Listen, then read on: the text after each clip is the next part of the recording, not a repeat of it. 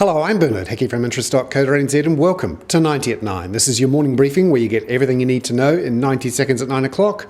Starting now with news that US President Barack Obama will vote later today in the US presidential election, no doubt for himself. He's trying to raise awareness about early voting because the polls are getting close. Mitt Romney, the Republican candidate, is now ahead in the latest poll by 1%. This is the Reuters Ipsos poll. Now, if Romney were to win, he seems more focused on deficit reduction, and this, in theory, could reduce US government spending and slow economic growth in the United States.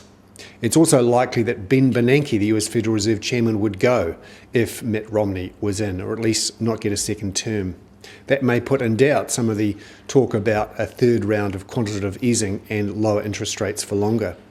At the same time, a letter from 80 big US CEOs calling on the government in the US to cut its deficit and avoid the fiscal cliff has been put out.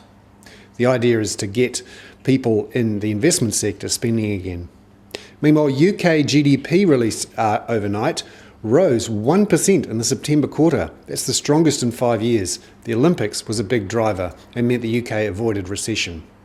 And finally, closer to home, some good news on the technology investment front. The TIN Network, the top 100 tech and manufacturing companies in New Zealand, reported sales of up 2.2% in the last year to 7.3 billion.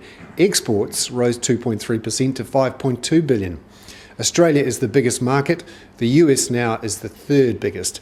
The New Zealand dollar's relative weakness versus the Australian dollar has helped there. The technology sector is now the third biggest exporter, behind dairy, meat, and ahead of logs. I'm Bernard Hickey. That was 90 at 9 from interest.co.nz.